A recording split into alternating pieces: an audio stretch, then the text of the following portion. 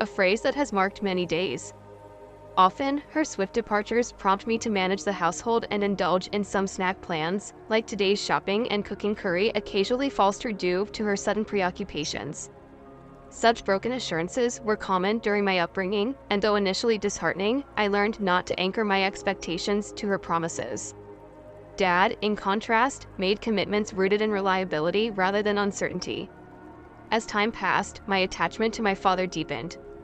His dependability and trustworthiness shaped my perspective. This affection extended to the point where I yearned to be a part of his company. Being the sole child, the desire to inherit his legacy took root upon graduating from university. I pursued this aspiration, admiring the values he instilled in me at 20.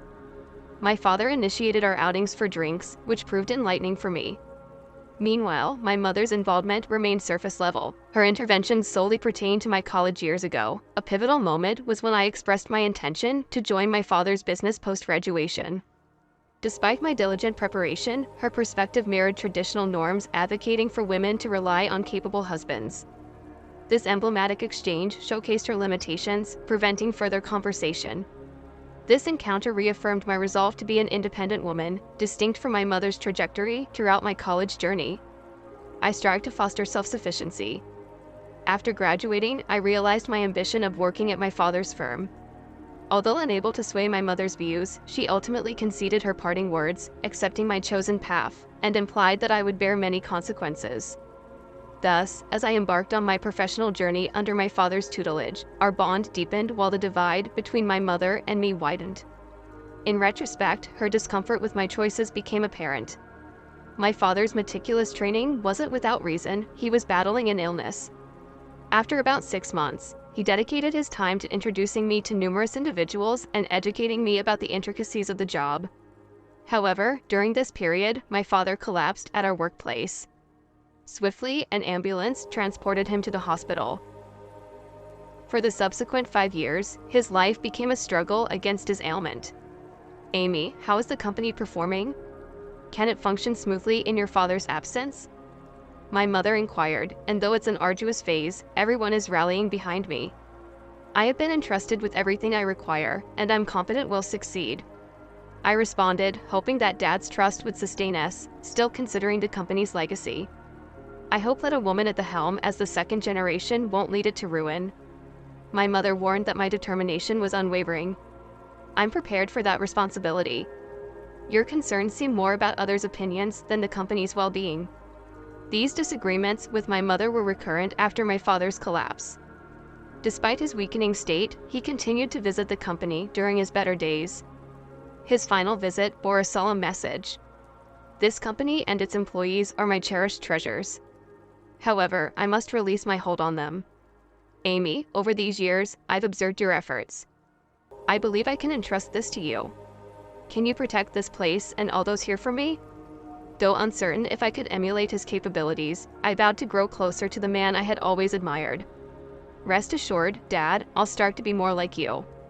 I promised that following this poignant moment, the mantle of leadership was passed to me. The subsequent years were a whirlwind of responsibilities, scarcely allowing me time to return home. My visits to the hospital became frequent as my father's condition deteriorated regrettably. My mother's involvement remained minimal even in his time of need. His illness seemed to inconvenience her. This disparity in their attitudes perplexed me. Her lack of emotion or gratitude towards him saddened me. I couldn't help but pity my father, recalling his devotion to me during my childhood when my mother's love had been absent. Even amidst my demanding tasks, I prioritized visiting him. This routine endured for a year until he eventually passed away in his sleep. My mourning was often put on hold due to the demands of the situation. Meanwhile, my mother, unfamiliar with the practicalities, expected me to handle everything from funeral arrangements to administrative procedures. Are you settled now after the funeral?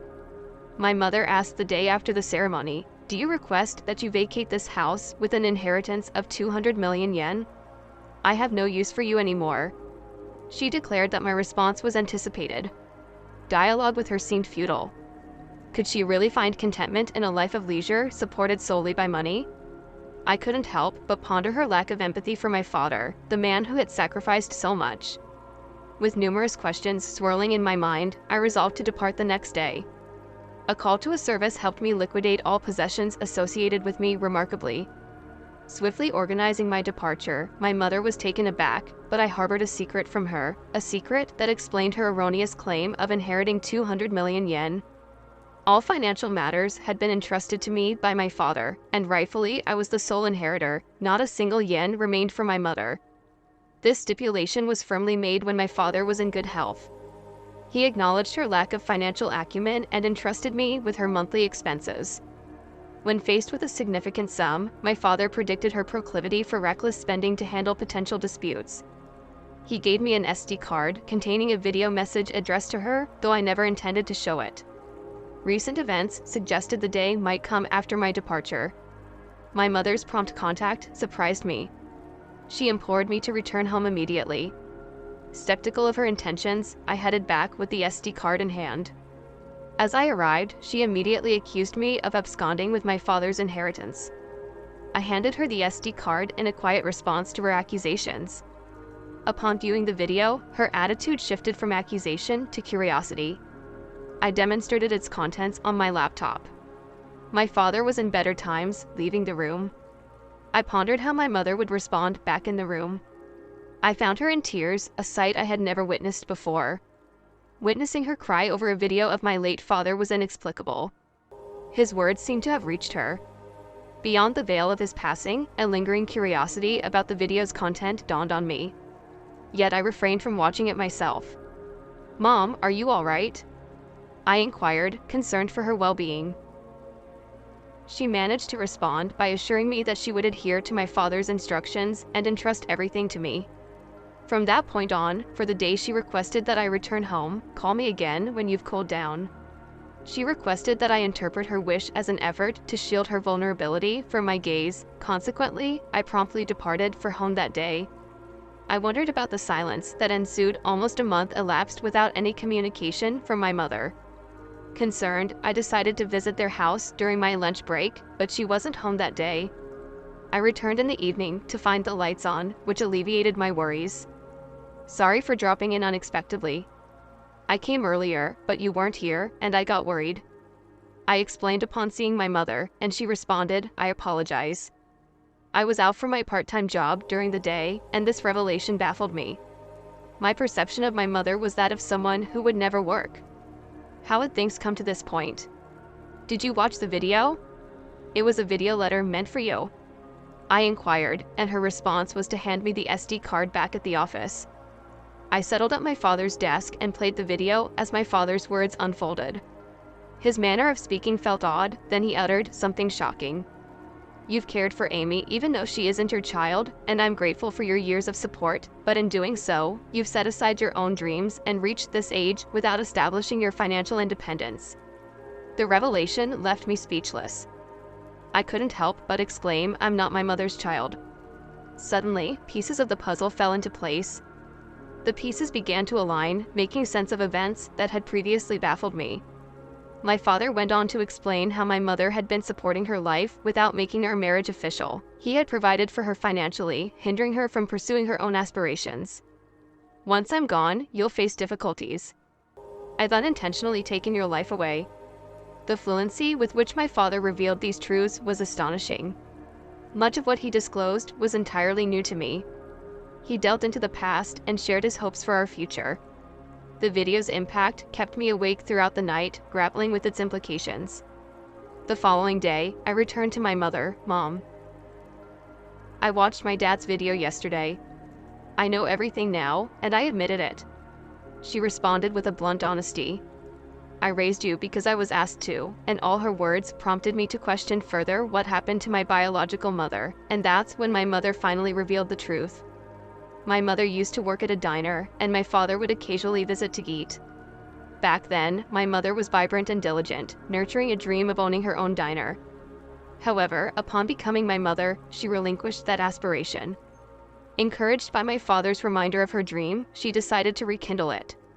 She's currently undergoing training as a part-timer, striving to achieve her dream once again.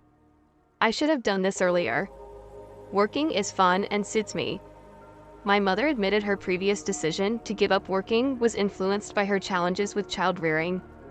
Regretful of the circumstances, she continued, "I never thought this day would come when I could have a conversation like this with my daughter at this juncture in my life." I began to comprehend my mother better.